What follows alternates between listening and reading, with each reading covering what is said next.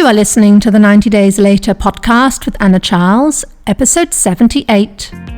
Welcome to the 90 Days Later podcast, where I show you how to stop over drinking in 90 days without missing out on life. If you're not an alcoholic, but fed up with saying yes to a drink when you mean to say no, you're in the right place. Hi all, and welcome back to the podcast. All right, going to have an interesting topic here today, actually one that was close to my heart for a number of years. One of the things I remember repeating time and again to myself as I was sitting there wanting to change my drinking, but failing, was I know what to do, but I'm just not doing it. I felt frustrated and stuck and stupid too. Now, I hear this again and again and again, right, from people who so want to give up their drinking or change their drinking, this idea of knowing what to do, but I'm not doing it. So I wanted to address it on the podcast. Now, how this tends to show up is people tell me, right, they know they want to drink less, but there they are, night after night, giving into the wine, usually watching rubbish TV, before dozing on the sofa and having another fitful night's sleep, right? They're stuck in the rut of doing the same stuff they know doesn't work, but feeling unable to muster the motivation to make a change. And that inevitably leads to beatdowns, right? To us saying, why do I keep on doing this to myself? Why do I never learn? Well, today I will reveal all. I'm going to give you the 2 reasons why you do this, and I'm going to give you 4 ways to get out of this pattern.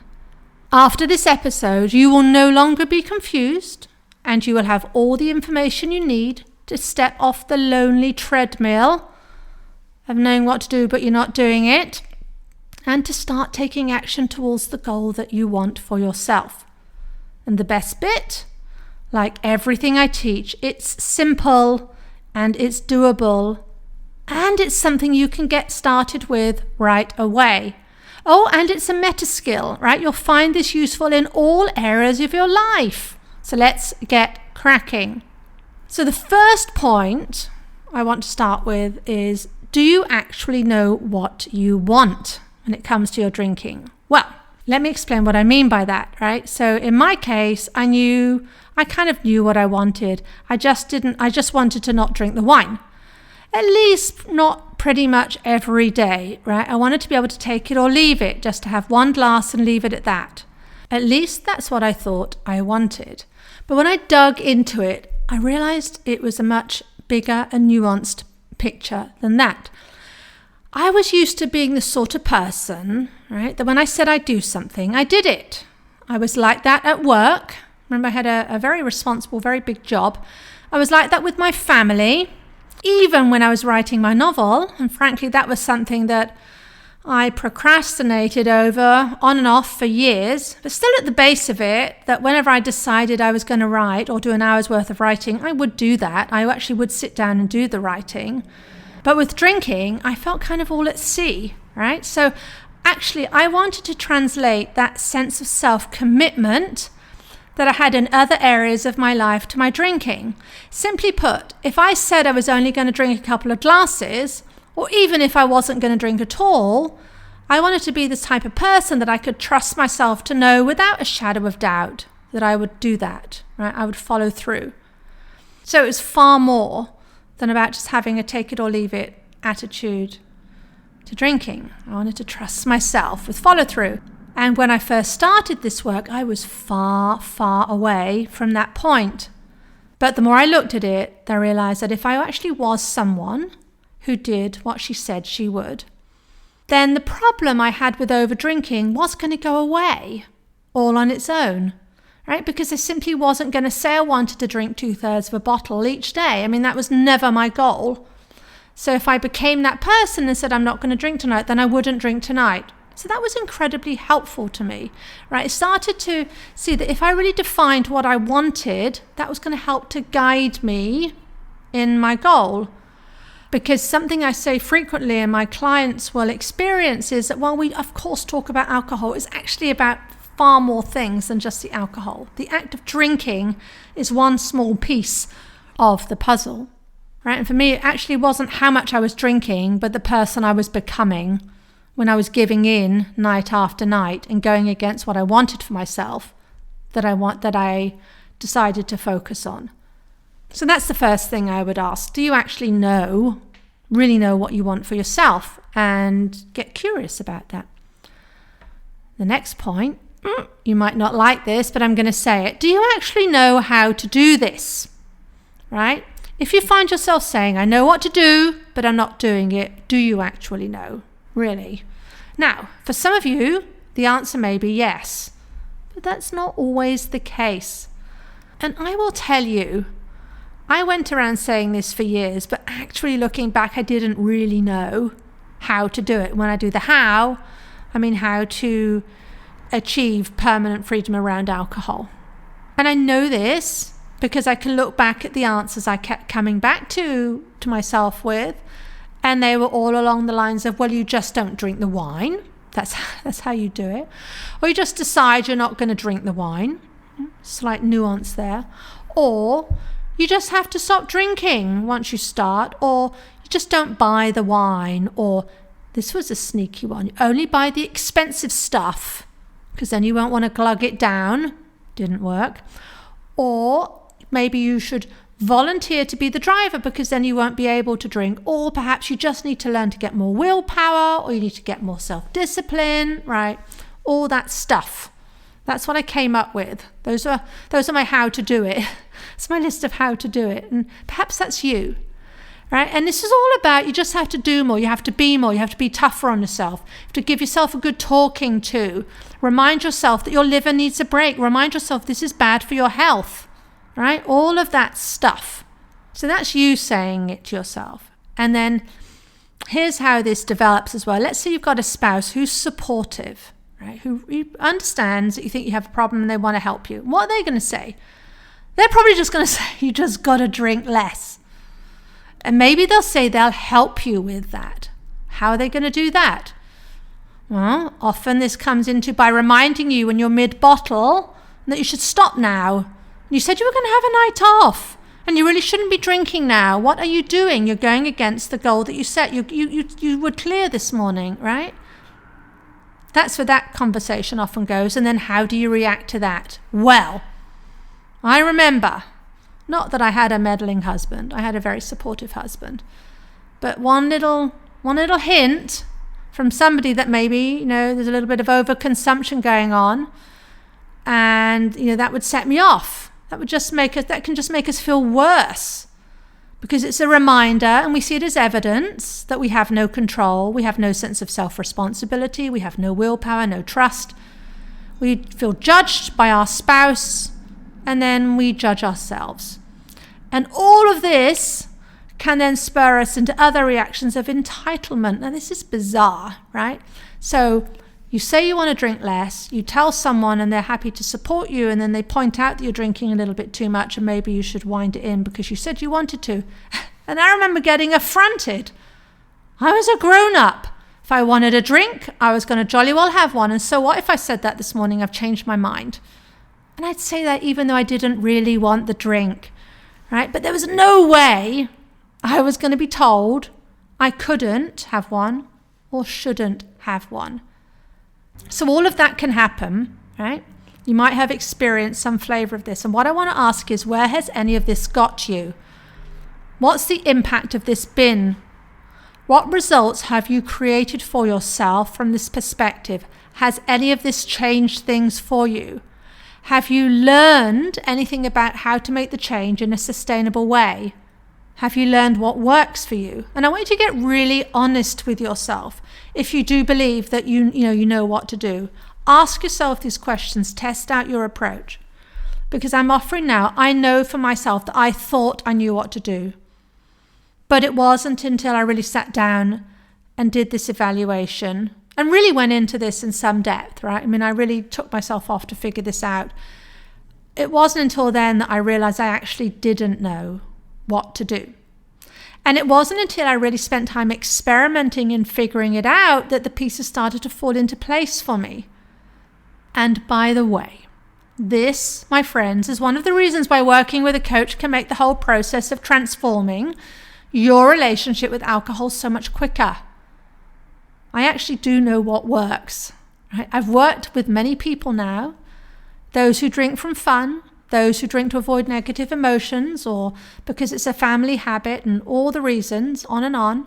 And that means I can see where my clients are and what's the most direct route for getting them to help them to reach their goal and create the future that they want for themselves permanently. Right? I have a huge amount of certainty over that. I'm always very clear on that. What my clients buy are not coaching sessions, even though the coaching is tremendous fun and life-changing. It will change your life. What they're buying are results. They're buying that new relationship for themselves with alcohol.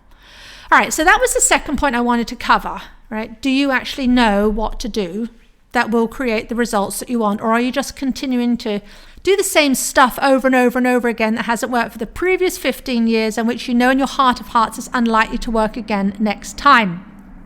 So now let's move on to let's say you actually do know what you want and you do know what to do, but you really are in a position of you're not doing it.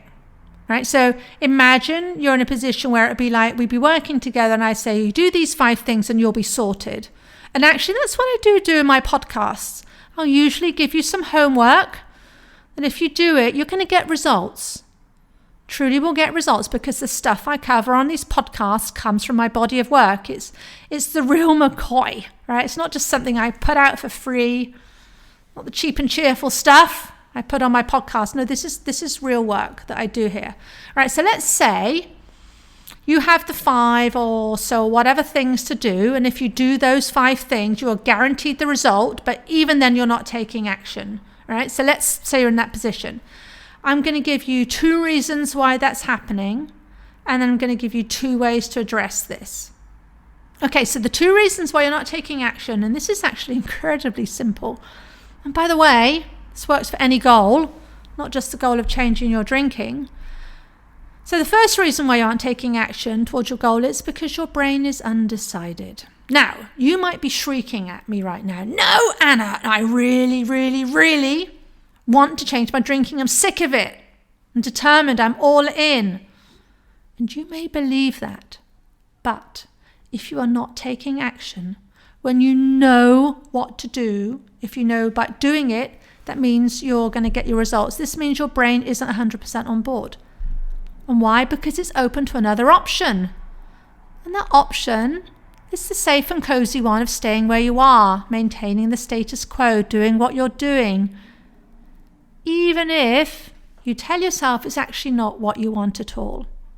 Right? As long as you have the option of staying put where you are, you will not only not do what you need to do to change, but by taking no action at all, that means you're actually taking action to carry on doing what you're doing. Get what I mean, right? Inaction means you're just carrying on doing the same things. And that means you're only strengthening the habit that you do not want.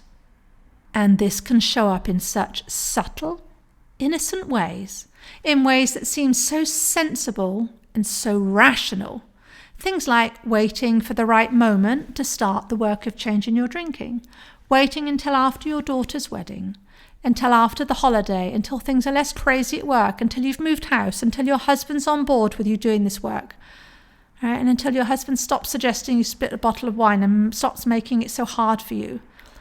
As long as you're in this way of thinking, as long as you're entertaining these thoughts, as long as you're agreeing with yourself that of course it doesn't make sense to finally do the work to fix your drinking when you're in the midst of preparations for your daughter's wedding and all the overwhelm you're sure that's going to bring and all the stress and all the consequent urges that are going to flood your system, as long as that option of staying where you are and carrying on doing the same things as on the table, your commitment to taking action will always waver. You might start and stop, but you're never going to fully see it through. Your brain is never going to fully commit because it knows it has an out if things get too hard. I have done this so often before in different areas of my life. I mean, I could take my novel, writing my novel as an example. I could tell myself back in the day, that I was really, really committed to accomplish the act of becoming a published writer. I mean, it really was something I used to daydream about for years. So I could even say there were times when I was desperate to accomplish that. Yet I would fail to take action over and over and over again. I might sit down and do some work here or there, like I said above. I could decide to do an hour or so of work and writing and follow through. But I was failing to actually do it consistently over and over again. And then I would sit there, I'd tell myself, I'm so confused. I had no idea what was going on. I thought it was because of all the things that I was attributing my non-action to. I thought it was because I was super busy at work, right? And that I needed to wait until that eased off before I could give my book the sufficient headspace. Or I thought it was because I needed to wait until after the holiday, or until I'd fully kitted out the office, or until I got the right software, for writing. I didn't like Microsoft Word, and on and on and on. What I didn't know was all of this inaction, all of these blocks was coming from my thoughts. But no wonder I had no idea what was going on. For many people, when we feel stuck like this and not taking action, it's just something that's happening unconsciously. Right, so that's the first point. If you're not taking action when you know what to do, guaranteed know what to do, it's because you have a second option on the table. The option of maintaining the status quo and not having to do the work to reach its conclusion. It's kind of like an escape route. Now, the second reason why you aren't taking action, if you do, let's just say for sure you guaranteed know what to do, is because of a feeling that's standing in the way. Now let's look at what I was just saying, right? That your brain isn't willing to do the work because it wants to keep you with where you are. It wants to keep in the status quo. It wants to keep you within your comfort zone of your current life, even though that isn't what you really want, right? It still wants to keep you there. And this is because the status quo feels safe. It requires no risk to carry on doing what you're doing. It doesn't require you to feel uncomfortable over and over again. Now, important side note here. I'm not saying there's no risk to over-drinking. I'm not saying that there's no risk to your health. I'm not talking about the discomfort of waking up with a hangover. I'm not talking about the consequences of drinking. What I'm talking about is that there's no discomfort in the moment to carrying on doing the thing you're doing, right? You don't have to ask why you're saying yes to a drink when you were certain at 8 this morning that a drink was not on the cards this evening. You don't have to learn to manage your urges to drink in a different way.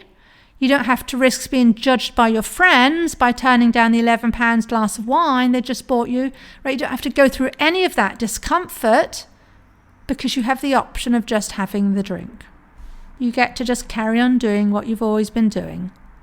The safe way. Giving in and having the drink. Now, here's where this gets spicy. I'm going to give you 4 ways to handle this. Firstly, I want you to recognize that the status quo is actually really not what you want. Now, I know you know this, but I want you to really restate this to yourself. I want you to be prepared to remind yourself of that. And not at 8 o'clock in the morning, but at 5 o'clock when you come home from work or when you start cooking dinner and you feel the craving for a glass of wine. Just to remind yourself not only of what you want, which is to drink less, but also of what you don't want, which is the status quo, right? Without making a change in this moment, I'm saying yes to the status quo, and that is not what I want. Now, I said the status quo we go for because it's less risky. We don't have to feel all the feelings that come up when we do something that, is going to be a little bit hard. Well, the next thing you can do is you can decide to feel the feeling you're dreading on purpose.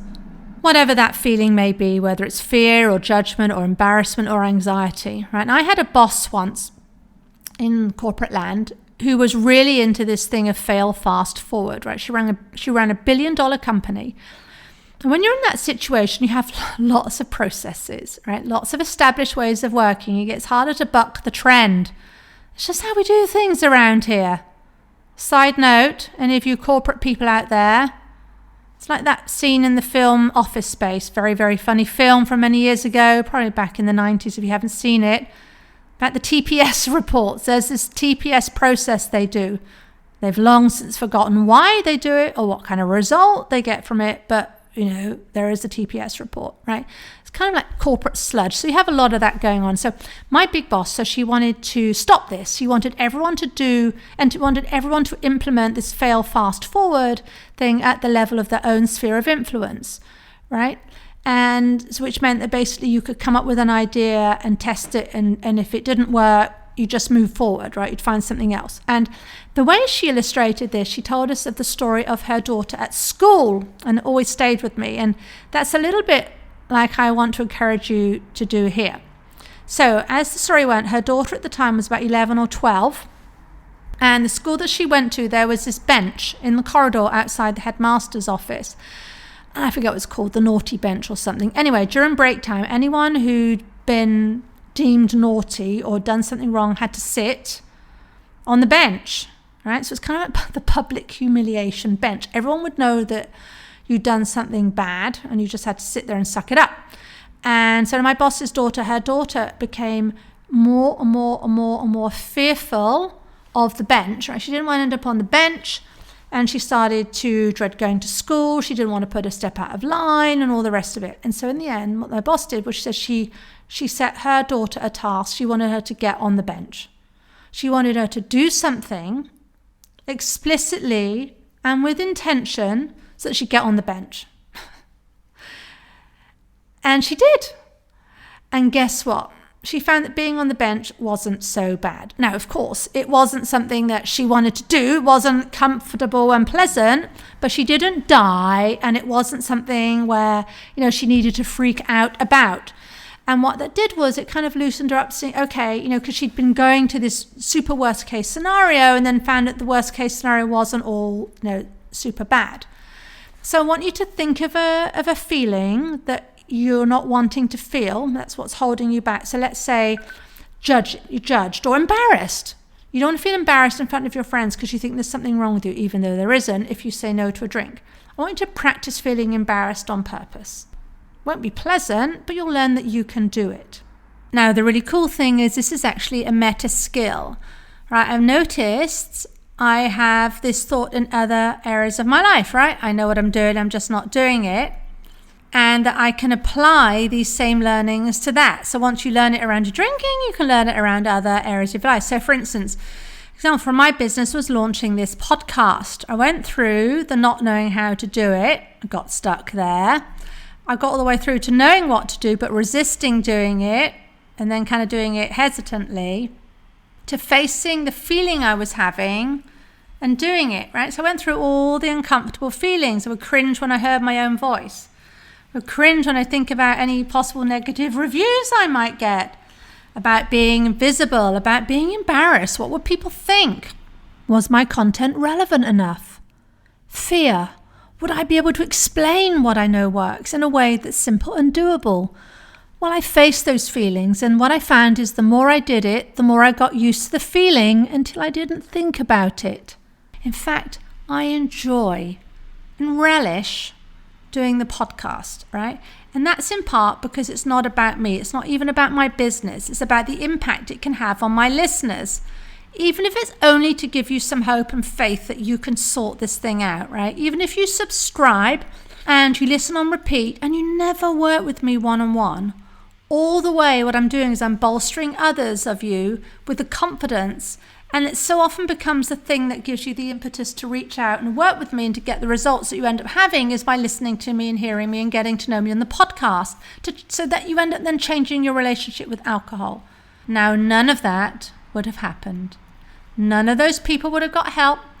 None of this would have been possible if I just stayed in the swirl level. I know what to do, but I'm not doing it because I'm feeling afraid and embarrassed and visible and all those things. So that's the second way of tackling this, to feel the feelings on purpose, to practice feeling them and just do it anyway. So I want you to be aware of those feelings, right? Being willing to go to those feelings and always keep in mind the person you're becoming. And this is the third point here. And this is really can be summed up in the difference between saying, no thanks, I'm trying to stop drinking, or I'm trying to stop over drinking, versus no thanks, I'm not a drinker, or I'm not an over drinker. Behaviour that is not congruent with who you are as a person or who you want to be will not last. Yes, it can be hard to change your habits if you never change the underlying beliefs that led to your past behaviour. Right? If you have a new goal and a new plan, but you haven't changed who you are. So if you go and say, I don't want to drink so much, but I really, I'm just someone who just loves wine, you're going to find it very hard to change if you go around saying you love wine, even if you want to stop. Good habits can make rational sense, but if they conflict with your identity, you're going to fail to put them into action. So think carefully about the person you are becoming. Finally, I want you to think about what you would be willing to leave behind in order to achieve your goal, right? In order to have the relationship you desire with alcohol. Research has shown that once a person believes in a particular aspect of their identity, they're more likely to act in alignment with that belief. So when you see yourself as the person who doesn't overdrink, what would you have to let go of in order to pursue your goal of not overdrinking? What do you have to say goodbye to? Is it the fear? Is it the unwillingness to ever be uncomfortable? Back to that feelings thing again. Is it an unwillingness to ever be anxious? Is it a belief that if you're not drinking, you're going to be ostracized by the group? You're going to have to let that drop.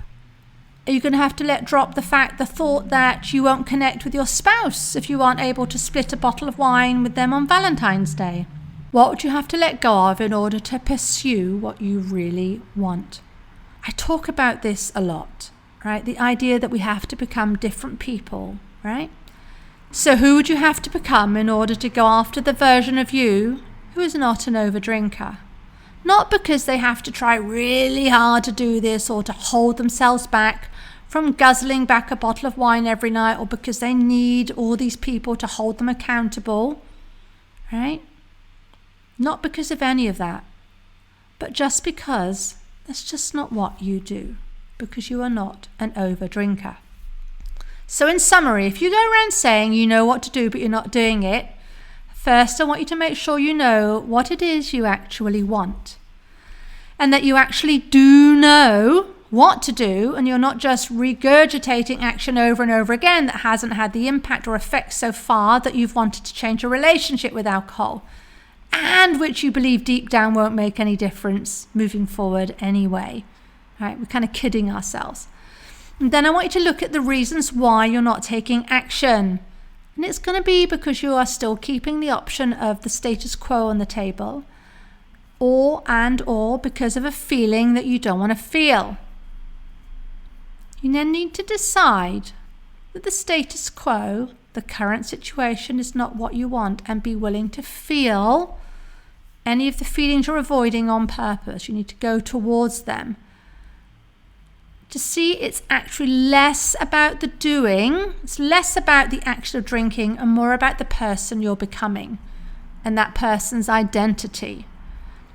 And finally, to ask yourself, what would you have to be willing to let go of and leave behind? Thank you so much for listening. It's been my pleasure to share these ideas with you today. And I do want to remind you, this is going out at the very end of May. You have still some time to snag yourself my summer solstice special, 21% off my one-on-one coaching package if you book a consult and decide to start coaching with me before the 1st of June. So if you want that, if this is in your future, do it now. Save yourself some money at the same time. All right, that's it for now. I will see you next week. If you like what you're learning in the podcast and you want to take the work further and achieve total freedom around alcohol, let's talk. I help my clients stop reaching for that first glass of wine the moment 6 p.m. rolls around and they don't miss out on life. And we do it in 90 days. The effect is permanent. Email me for more information on anna@90dayslater.co. And if you did enjoy the show, I'd really appreciate if you'd leave a rating and review to help others find the 90 Days Later podcast.